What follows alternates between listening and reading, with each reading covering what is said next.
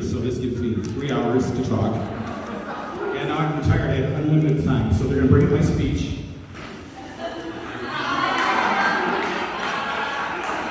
That's the Cliff Notes version. Thank you.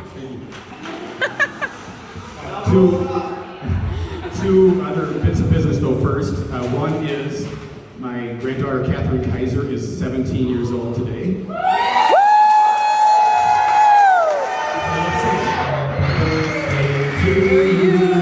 Happy birthday to you. Happy birthday, dear Katie. Happy birthday to you.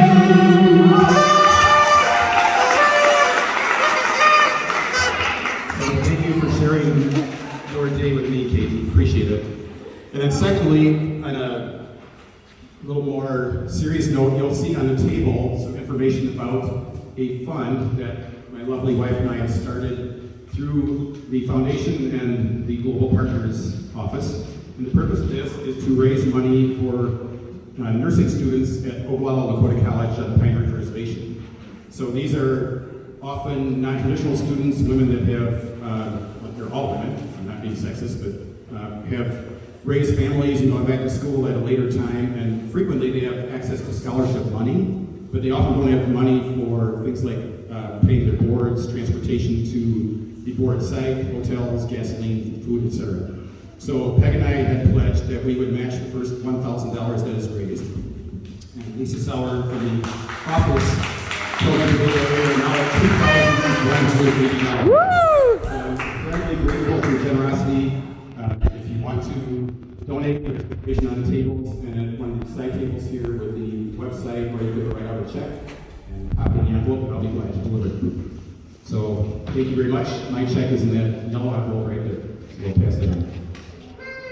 All right, and then as we go through here, everybody knows from working with me that I like quotes, so I'll throw in a few of those, and I also like jokes, most of them horrible, according to my wife. So she's not as familiar with my punster talent as many of you are in the audience, but we'll see how this goes. And thanks to my assistants for the help over here. So quote number one. There is a musical called Waitress that we were rather fond of that we saw in New York. And when the traveling show came about the country, my granddaughter Rosie, who was 5 at the time, got a part in that play in Madison. So that's her claim to fame. But there's a gentleman by the name of Joe who owns a diner, and he's near the end of his life, and his quote that I like is, "It's one hell of a ride." So, one hell of a ride. So, maybe it's been one hell of a ride, but it's been fabulous to do it with you. One down. So, no, I'm not done yet. So, I'm going to backtrack. You're going to be bored, silly, but a little detail about my life. So, I'm going to talk about my wonderful parents. My dad's name was Richard, my mom's name was Irene. My dad was a Korean War vet, and he was good at his job, which was basically setting the ordinances for artillery to shoot at and kill the communist Chinese and North Koreans. And because of that, he had post-traumatic stress disorder for the remaining 65 years of his life, but turned out to be a wonderful man. So he was a student when he met my mom, who was an OB nurse. So that's probably how I got my start in this genetically. And I was born on the campus of the University of Illinois when I was a student there. And my parents were just fabulous people. They exemplified compassion and generosity. The story that I like to tell is when they used to sit down and make out their budget, even later in life, they'd pay all their bills, whatever was left over, they would give it away. They would donate it to someone. My dad was administrator of a Catholic nursing home, community living complex in Freeport, Illinois, and he cared deeply for all the people that lived there. One time when things were really tight and the budget got terrible and they had to lay people off, he laid himself off instead of having to furlough anybody else. That's how generous he was. My mom put aside her career as a nurse to raise 7 kids, and she was an incredibly patient woman and probably the calmest person I've met in my life. I think Peg will attest to that. Nothing phases the woman, even at age 88. We had a lot of nuclear family, grandparents, aunts, uncles, cousins that lived nearby, and probably where I grew to have my love for giant gatherings of relatives.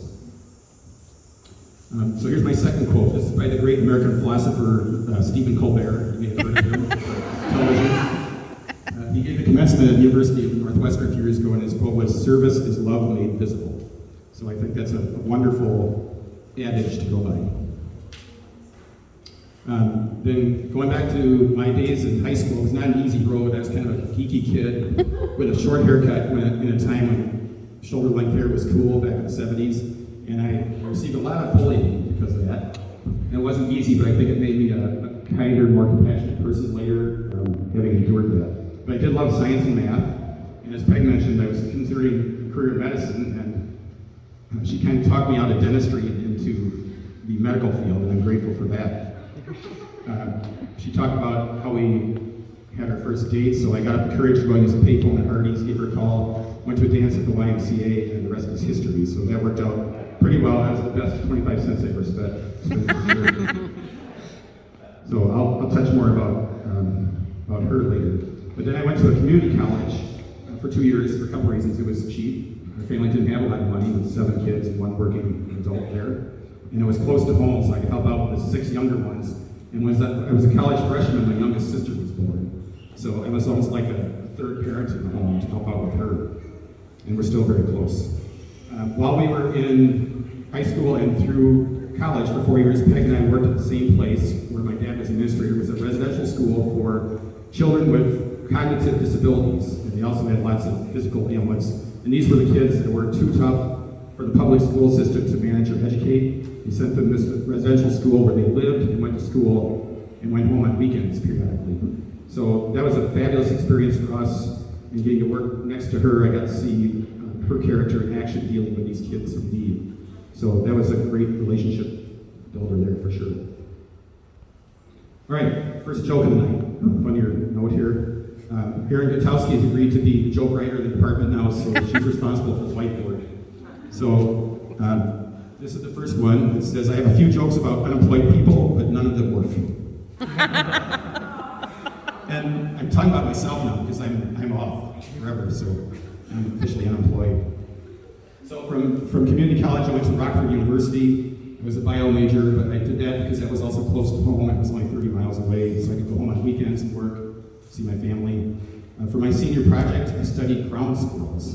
So I got to spend the spring outdoors on the lawn, documenting the behavior of the Spermophilus tridicomonatus, which was just fascinating. I loved it. After my junior year of college, Peggy and I got married. So I was 21, she was 20. We were pretty young. But she was living on her own. Her parents both died. She had to quit school because she had to support herself, and she helped support me. So she's been my biggest supporter since those days. We knew we had a long road of training ahead, and we figured we'd be better off working together on this, so we got married at that young age, and she's been emotionally and financially supporting me ever since. Now, I had to share something with you that was kind of ironic. I was down at Adolph's at the cafeteria last week with my last Gunderson cooked meal, and I got the Chinese food. There was a fortune cookie, and it said, "You can make a name for yourself in the field of medicine." So, I'm thinking, if I get bored, I might go back and do another residency. How's that sound? Okay, she's all thumbs up. So from there, I went to Southern Illinois University School of Medicine, which is, as she mentioned, 1 year in Carbondale, the rest in Springfield. It was a newly chartered school, and their purpose, as designed by the state of Illinois, was to train individuals that wanted to do primary care and who wanted to live in small, medium-sized communities. And they've been very successful. They have the highest percentage of people going into primary care of any med school in the country, and a very diverse population there as well. Joe Garfinkel was the head of the school, and he was the editor of the Journal Pediatrics at the time, and it was an incredible learning experience for them. All right, next quote, number 3. And for those of you who have traveled with us to the Pine Ridge Reservation, I'm going to botch some Lakota here. It's a tough language. I've only learned a few words, but trying to get the pronunciations down. So, Wakantaknaka is the word. It means living generously with compassion.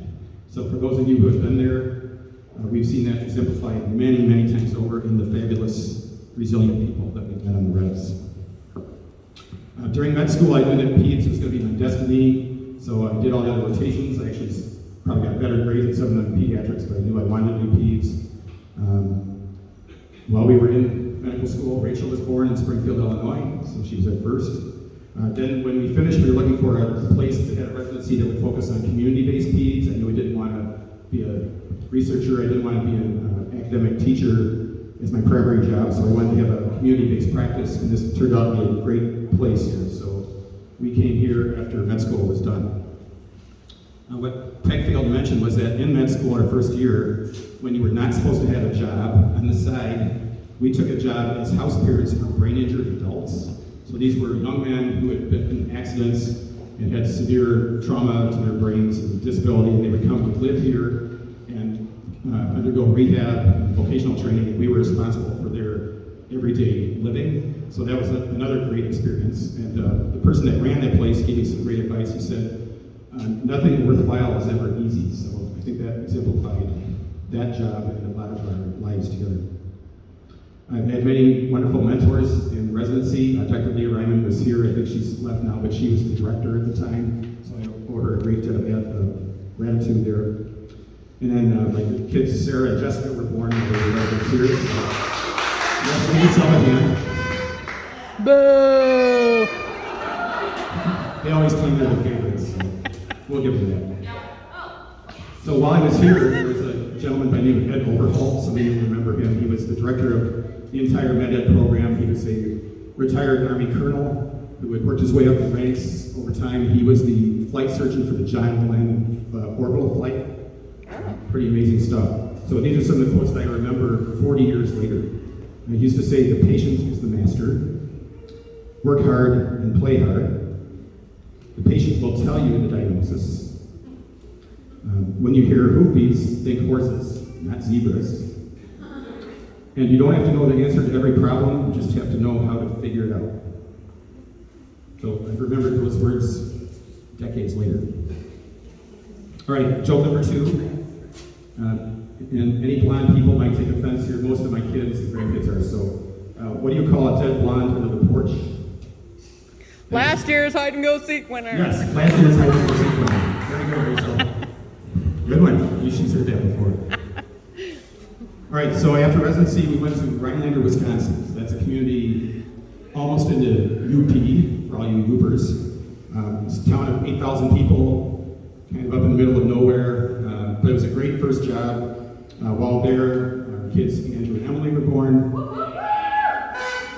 It was a great starting job, and you did everything there, but it was incredibly busy.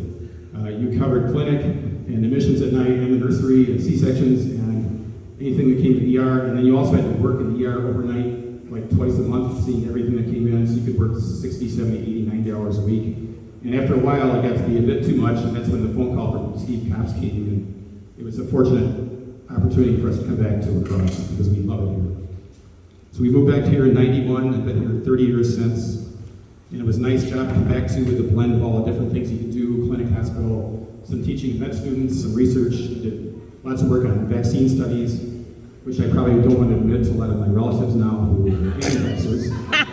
I was involved in that. While here, I was given a lot of autonomy to pursue things that were interesting to me, so I appreciate that support. And it's been very enriching and fulfilling to work here and be here, because I think understand walks the talk of patients here. Quote number 4. So I had to keep reminding myself of this slogan over time. Success is not final. Failure is not fatal. It is the courage to continue that counts. So when we think of things that happen in our lives, where we come across bumps in the road or major roadblocks, good to remember that. So while I was doing the math in my head, I probably have had maybe 100,000 patient encounters over the years since I started. And I could say, looking back, that I may not have been the smartest guy or the most talented guy, but I gave it my all and tried to give my all to every patient whenever I would see them and their full attention.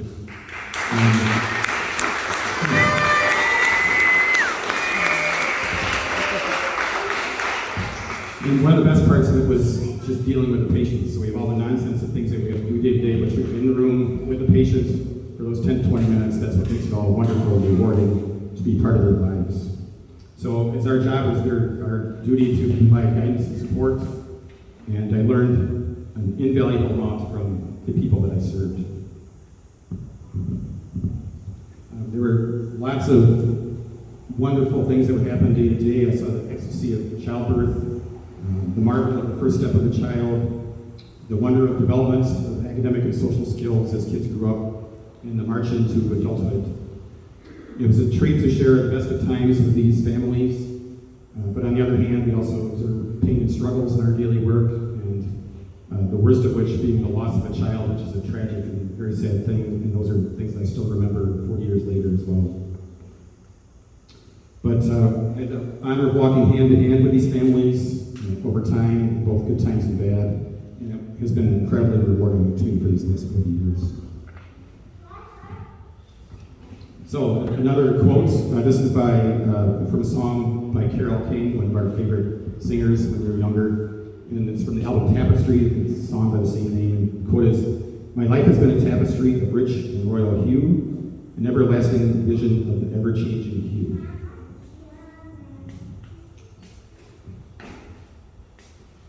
So on this long journey, I've been joined by my family, and I owe great debt of gratitude to them. They were always supportive to me, and I was supported by my parents and siblings. And once Peg and I started our family, this was a huge support to me as well. So no matter how difficult the job, how tough the day, I knew that when I came home, I had these wonderful people there to be at my side. So first of all, I'll call up my 5 children. Please stand. Rachel, Sarah, Jessica, Andrew, and Emily. Think about it.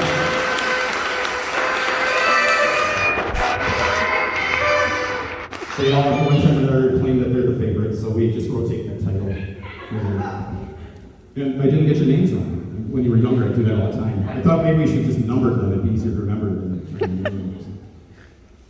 But speaking from my heart, I tried to be there best I could when I was there to help raise you up beside a wonderful life. And thank you for being patient and understanding all the times that I was gone. I really appreciate that. Being their father and the grandfather to the other 13 critters who are here. You want to stand?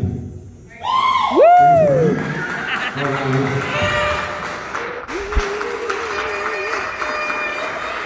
Thanks. So, being a doctor was fabulous, but being their parents and grandparents was the best job that I ever had, by far.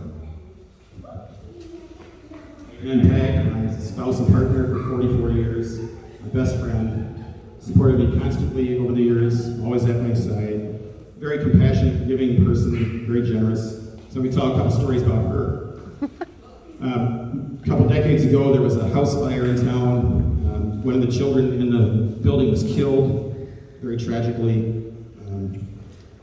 Peg heard about this, and she offered to go help the family by hauling out all their dirty laundry and washing it in our house for days and days and days and days and days and days. And it was a marvelous thing that she did for these people that she didn't even know. There was a second event that happened where a young boy, a teenager, was killed in an auto accident. And he basically had no family. His mom was disabled in a nursing home, and he had no other relatives. And when she heard that story, she did a fundraising event to raise money for a tombstone for this kid for the cemetery. So those are just a couple examples of the incredible generosity that I saw her exhibit over the years. And many, many more things.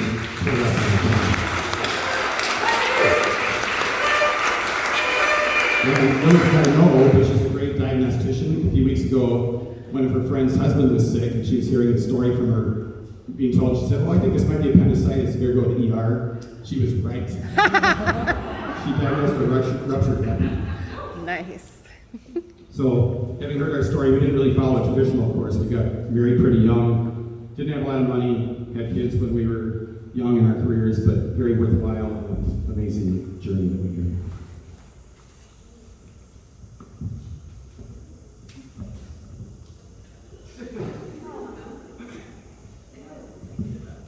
So, thinking about that, about a week or so ago, I went to see Bare Naked Ladies, and that was not in a strip club. That is a rock band that was playing at Arcadia for the Arts.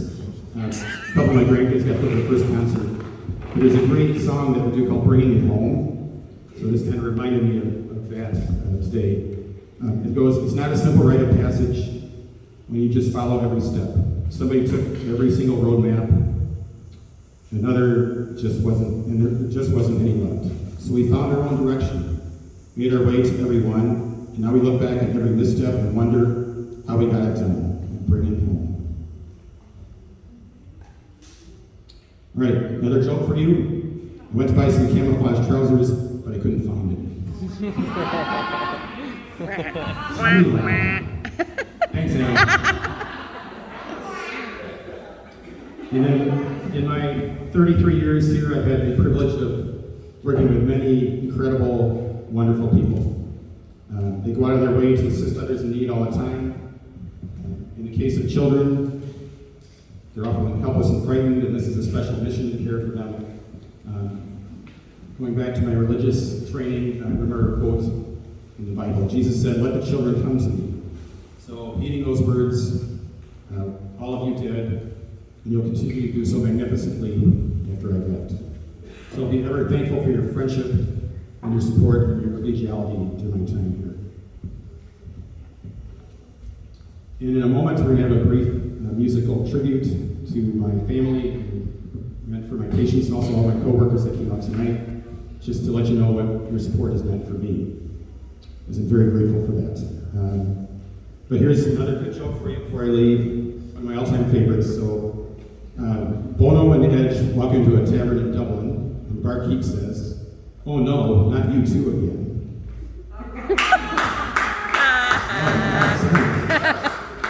Thank you. All right, so before we finish here, just a final plug for the scholarship fund for Pine Ridge for the nursing students. Lisa Sauer is here from the Gold Partners office. She told me this morning it was $2,180. Hopefully we can up that up a little bit. Thank you. Now, my son Andy and his wife Kelly. We want to do one thing too.